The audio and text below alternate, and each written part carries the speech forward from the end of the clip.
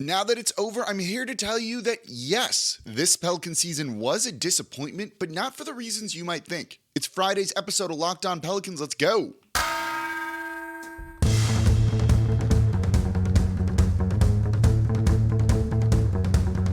You are Locked On Pelicans, your daily New Orleans Pelicans podcast, part of the Locked On Podcast Network, your team every day. Welcome to another edition of Locked On Pelicans, the daily podcast covering your favorite team, the New Orleans Pelicans and NBA, part of the Locked On Podcast Network, your team every day, available wherever you get your podcasts and available on YouTube. I'm your host, Pelicans Insider Credential member of the media, Jake Madison, at NOLA Jake on Twitter, here with you on this Friday, final show of the week, first show of the official offseason for the Pelicans. And of course, thank you for making Locked On Pelicans your first listen today and every day. We're here Monday through Friday for y'all. We're going to continue to be here Monday through Friday for you, breaking down everything you want to know about the team, completely free. No one else comes to you like this. And for those of you who are my everydayers, the people who listen 5 days a week, coming on Monday, we're going to talk about Zion and the number one thing the Pelicans need to focus on this offseason. We'll make more sense of the Skip Bayless comments and what I teased a little bit in yesterday's show. We'll get to that next week. And today's episode of Locked On Pelicans is brought to you by FanDuel Sportsbook, official sportsbook of Locked On. Make every moment more. Visit FanDuel.com/LockedOn today to get started. So now that the season's over, people want to put grades on it, kind of judge it, and, figure out, was it good? Was it bad? What are we supposed to think? This Pelican season, I feel safe to say, was a disappointment, but not for the reasons that you might think. Going into the year, we had high hopes. This team should have been a top 4 seed. They should have been out of the play-in tournament. And they're not even in the postseason. They lost in the first round, whatever you want to call this, of the play-in tournament. And that's that. So it's a disappointment, right? Well, not exactly. This is something that I have long said. And again, if you're an everydayer, you've heard me say this a lot. I do think expectations need to change. Expectations need to be adjusted based on when you get new information or just circumstances change. And so for a team that only got 29 games out of Zion Williamson, a little more than half the season from Brandon Ingram, a top 4 seed is probably not realistic. So our expectations shouldn't have been, they should have finished in the top 4 or anything like that. So for that reason, it's not a disappointment because things needed to change. But here's where it was a disappointment. And there's 2 big areas I think that it's a disappointment. We'll look at one now and one in the next segment. And then I do want to look at some positives to take away from the season. That's in the third segment. While injuries definitely derailed the season, this team had a chance to make the playoffs. They had a chance to make the postseason. They could have beaten the Oklahoma City Thunder. They could have beaten the Minnesota Timberwolves on the final day of the regular season and gotten in as the 8th seed and had an easier route to go and the ability to actually lose one game. They didn't do that. There were a number of inexplicable losses, too, that this team really struggled with. That second half meltdown against the Golden State Warriors, the game against the Houston Rockets, game against the Orlando Magic, even that more recent game against the Minnesota Timberwolves. If you have a chance to make the playoffs and you don't, it's disappointing. Despite everything this team has gone through, it was there for the taking, and the Pelicans didn't rise to the occasion. They didn't do it right. We've seen regular issues come up over and over and over and over again. And then in Game 83, you experiment with a lineup including Kira Lewis Jr. and Jackson Hayes at the same time. Jax had to play with no Larry Nance Jr. there. So I'm not faulting Willie Green for playing him. But man, this team could have gotten in. There's no other way to say it, right? This team could have gotten into the postseason. They could have at least not been the 9th seed. But they were. And when you look at it, even with the injuries, but with Brandon Ingram playing like he had been playing, CJ having up and down games, Trey Murphy starting to go off, all of that, you should have been better than you were. Forget the Zion injuries and forget the Zion drama, and that's what we'll talk about next. You should have been better than you were. Kira Lewis Jr. getting 4 minutes and 39 seconds and being a -9 during that stretch in the biggest game of the season, an elimination game. What are we doing here? Some of those collapses in situations that we saw, struggling with inbounding the ball, that never getting better as the season went on. struggling with rebounding in clutch games and late game situations. That never got better. Why not? After that Timberwolves game, the team practiced boxing out off of free throws to try and prevent, what we saw with guys just getting some of those boards off of their own missed free throws. That was the first time they'd done that this season. Maybe do that earlier. This team was just not ready for the moment for so many different ways, whether it was game planning, going away from Jonas Valanciunas in various points in time during the season, whether it was, CJ being on ball a little bit more than he probably should have and not moving him off ball, even though the coaches were encouraging that, whether it was not getting Trey Murphy the ball or running plays for him and things. That's all a big disappointment, because if you tweak any of those, you're in. You're in. This was not a team that decided they were tanking and wanted to try and improve their lottery odds. This was a team that wanted to go for the postseason, that was trying to go for the postseason. So this is a big disappointment. You look at the Toronto Raptors, who just lost the other night after giving up a big second half lead. It's a disappointment for them because they wanted to be in. So if you're going for it, it's a disappointment that you don't. You look at the Dallas Mavericks, who gave up with 2 games to go, and they were on the outside looking in anyway. Well, maybe it's not as much of a disappointment because they improved their odds. So I don't care about a top 4 seed at this point. I don't care about home court advantage or even getting out of the first round of the playoffs. This team was never going to do that. I care about not getting in the first place when that's what you were trying to do and could have done, but your own mistakes that came up time and time again cost you that. That is the number one reason why I think this season is a disappointment. All right, we recalibrated our expectations. We adjusted our expectations, and you still failed at that. The lower ones, that is a disappointment, and that's what we're going to call this Pelican season. So coming up next, let's get into the Zion stuff too, because there's a big disappointment there as well. And then we'll look at some positives. Brandon Ingram, winning 42 games is actually pretty good.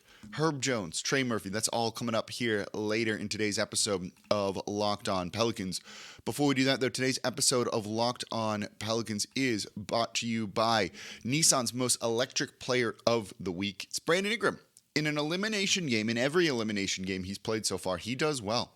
30 points on 19 shots, 9 of 11 from the free throw line, 6 rebounds, 7 assists. 4 turnovers isn't actually bad there. Not getting in foul trouble, trying to play good defense, doing everything he could.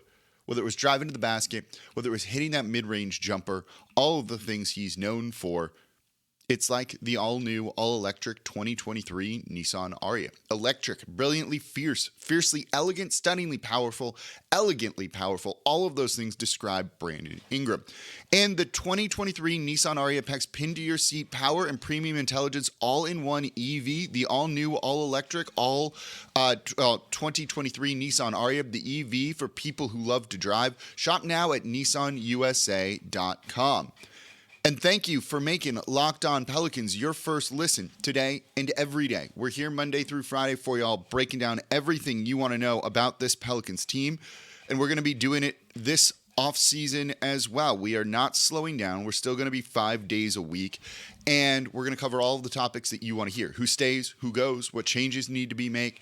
And on Monday, we're going to talk more about Zion Williamson, the Skip Bayless tweet. So if you're an everydayer, make sure you tune into that one. Or if you're not an everydayer, make sure you tune into that one as well. I'll break down what I got from talking to a ton of people these past couple of days. So let's stay on the Zion Williamson topic here. Reasons that this season is a disappointment. Again, it's not because they didn't get a top 4 seed. It's not because they were first in the West and now are out of the playoffs. I don't care about that. The Zion stuff is a huge disappointment because going into the Smoothie King Center last night for what could be the final game of the regular season, was the final game of the regular season, the vibes just weren't there, were they? They really weren't there for this fan base, for this team. It felt, I don't know, it was just down. And it was I don't know, the excitement just really, truly wasn't there for a lot of people. The crowd was good. The crowd was into it. I'm not knocking the Smoothie King Center crowd at all because you all have been awesome for basically the entirety of the season. But something has just kind of felt off with the general vibe around the fan base, Twitter, all of those things people I've talked to. Even talking to various people, in and around the team yesterday, it was like, yeah, if they lose, like, whatever. We'll just move on and we can kind of put this season behind us, which is an awful thing to kind of think about. And for them to be kind of in that situation. And as I was trying to kind of figure out why, it's been an up and down year. I think the biggest thing is the Zion stuff. This has sapped the life out of everybody, including myself at times, and I have to talk about it. And you could hear it when I did the show the other day. I had so many people coming up to me saying they listened to that one. And when I was talking about it being a distraction around the team, and I said, I hate this. I'm annoyed to be talking about this. You feel the same way, when I do a show, you're like, great, another Zion show. And I appreciate you listening to that. But it's not fun. And we're going to have to talk about it more on Monday. But it saps the life out of everyone. It becomes just this big thing around the team, and that is going to always be the dominant storyline. And it takes away from the actual on-court stuff. So by the time they start playing their on-court games, well, just no one cares anymore. And that's very disappointing. And some of the latest stuff that we're getting from this, right? Him throwing down windmill dunks before the game, but saying, I'm not myself, I can't play in an elimination game. Trust me, we're talking about this on Monday. You get that, and it just feels like we've regressed. There was a lot of talk last season when he didn't play at all of maybe his time in New Orleans is done. That there were just irreconcilable differences. I botched that word. And he's going to want out or something along those lines. And then we went through that. And then he eventually signed an extension, which ties him to New Orleans, goes into effect this coming year, and that's great. So it felt like we had moved on from that. But then you start to look at all of this, and Zion's not playing, but could he? Maybe, probably. Is the team holding him back, or are they not? Is it a combination of both? And then you get that his stepdad's involved again and doesn't want him, is upset with clauses in the contract and things like that. And it just feels like we're back where we were a year ago. And where we were the year before that, and where we were the year before that. This is something that comes up every single time that Zion doesn't play. And, well, Zion doesn't play. And we just haven't moved on past this for some reason. And it's disappointing that this has not been resolved. And there's blame literally on everybody when it comes to this. There's blame on Zion's side. There's blame on Zion himself, his camp. There's blame on the front office, the coaching staff, ownership here. Basically everyone but the fans. And no one can seem to kind of resolve this. And in a year where you had so much promise and you should be looking towards the future, we're not really doing that. And until that gets done, this is just going to keep holding this franchise back. And it's incredibly disappointing because of that. So because it feels like we've regressed, right? Like you're in this relationship, it's moving forward, and then you have a big setback, and it sets you back a couple of paces, 1 step forward, 2, 3, 4 steps back. It's a disappointment. This is not where we should be. We should be further along than this. And we're not. And that's a big disappointment, I think. And I think that's unfun for fans to kind of be dealing with. And so it's just created this bigger sense of like, everything sucks. We're all just going to kind of be Eeyore and mope and all of those things. And I just want to lay down and look, I can tell you right now, based on just kind of how these things go, this show's going to get fewer listens, right? Because people are just kind of tuning out. They need a break, and it's understandable. I don't blame anybody for this. But that's just how the general feeling is right now, and that sucks. We should be happy. We should be having fun, and we're not. And so all of this drama, you could call it, around the team really makes you feel like this season was a bigger disappointment than it probably was, because there were a lot of very good positive things. Let's do that. Let's be positive. Let's look at that coming up here next in today's episode of Locked On Pelicans. Before we get to that, though, today's episode of Locked On Pelicans is brought to you by Built Bar. If you're looking for a delicious snack but don't want all the sugar and calories, then you need the best tasting protein bar ever. Built. You gotta try this. And if you're like me and you want to make healthier snack choices but you don't want to compromise on taste, trust me, I love snacking. I've been trying to eat healthier. I'm in much better shape than I was a year ago, and Built Bars are my secret weapon for this because they're healthy and they taste amazing. Seriously, they taste so amazing you won't think they're good for you. What makes Built Bars so good? For starters, they're covered in 100% real dark chocolate. That's right, real chocolate. And they come in unbelievably great flavors like churro, peanut butter brownie, and cookies and cream. I'm not sure how they do it, but these bars taste like a candy bar while maintaining amazing macros. Only 130 calories, 4 grams of sugar, and a whopping 17 grams of protein. So you can go to Built.com and order whatever box you want. You can also go to your local Walmart or Sam's Club and still get your favorite flavors. That's right, head to the nearest Walmart today, walk into the pharmacy section, grab yourself a box of Built Bars. You can also go to Sam's Club as well for a 13-bar box of hit flavors Brownie Batter Puff and Churro Puff. Go get a Built Bar. You can thank me later. And thank you for making Locked On Pelicans your first listen today and every day. As I've said before, I appreciate y'all riding with me this season. It was a long year, it feels like. It's done. We can kind of breathe and catch our breath and focus on a lot of the topics that you want to hear. So whether you tuned in for the play-in tournament, whether you tuned in the middle of the season, whether you've been with me pre-Zion, I appreciate you all greatly.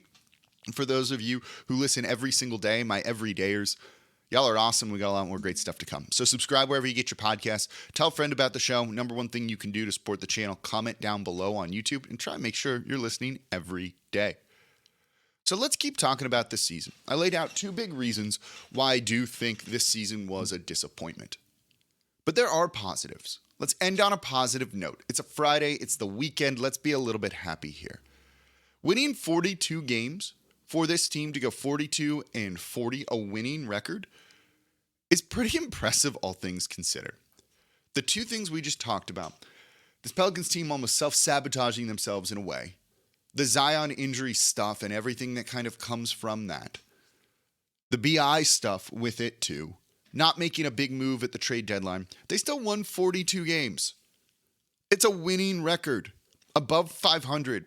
I like that. That's pretty impressive, all things considered. And while there's plenty to knock head coach Willie Green on about, something's working if you're doing that. Something is working if you are doing that. And that is something that you can maybe build upon. So it is a big positive, I think. You also have Brandon Ingram during this final run of the season looking like a legit All-NBA guy.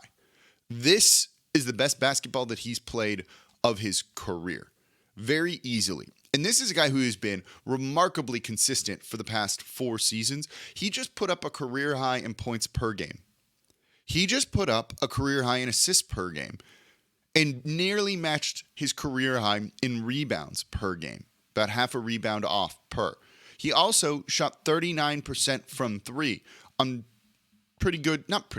enough volume. This was an impressive season from Brandon Ingram, and I love that he was able to really step up and do these things that he did.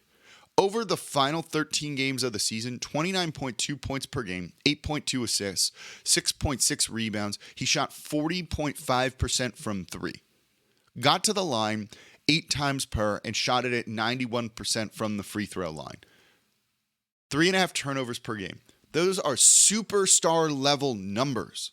If this version of Brandon Ingram is the version that we're going to see going forward, this team can still be very good when they sort out some of these other issues. That is a gigantic positive to see Brandon Ingram make that leap. The biggest thing for him is stay healthy. Please. Other things that I think were really big and worth looking at. The arrival of Trey Murphy III. As the season went on and they started incorporating him more, and really after he was in the NBA's dunk contest and seemed to get a jolt of momentum from that despite being benched, that was a mistake. He looked good to end the year, and I think that's really important to consider. This is a guy that could be a 2 or 3 option, I think, on a team. Like, you look at him and what he's capable of doing, right? In the final, let me see if I can do this here and pull the numbers. In the final 9 games, he scored 30 or more 3 times. You know, you go back to when he had that 41-point explosion against Portland at home. He averaged, final 15 games from him, 21.7 points, 46% from 3 on almost 9 attempts per game. Man, that is some scoring, that is some shooting, and that is exactly what you need on a team that is kind of starved for all of that. He showed more to his game. There's he learned he can attack the basket, can dunk over people. He learned that he can be a good rebounder too, and he also showed off a lot of that in between game too, which is going to make him even more lethal in the future. I do think this is a guy that has an incredibly bright future here in the NBA, particularly with this Pelicans team. That is a big bright spot. He's a better player than he was a year ago, and he's going to be an even better player next season, I think. You also had Herb Jones figuring out things. A guy that is not known for his offense, that really started to kind of regress and struggle shooting the ball to start the year, closed out the season strong. Closed out the season really doing some good work from about March on. From March on, he shot 47% from three. 46.8%, we're rounding up. Not on a ton of attempts per game, but enough to make him count. Feels pretty important to me that if he's going to be in the starting lineup, if he's going to keep playing, that he needs to do things like that, including a 35-point game very recently in that massive win over the Memphis Grizzlies. But to do the things that he does defensively, getting a little bit of offense out from him, that's massive. And if he can build on that and keep that consistency going, he's a guy that also still has a bright future. There are a lot of positives from this season. It might not feel like it, and we might call this season a disappointment overall, but there were a lot of positives. And that leads us to having a lot of fun this offseason on how to change this roster, what they can do, giving you my insight on all of that. So I'm looking forward to being with y'all 5 days a week still. And as always, I'm your host, Jake Madison, at NolaJake on Twitter. Be back with y'all on Monday to talk, unfortunately, or maybe fortunately, more about Zion Williamson.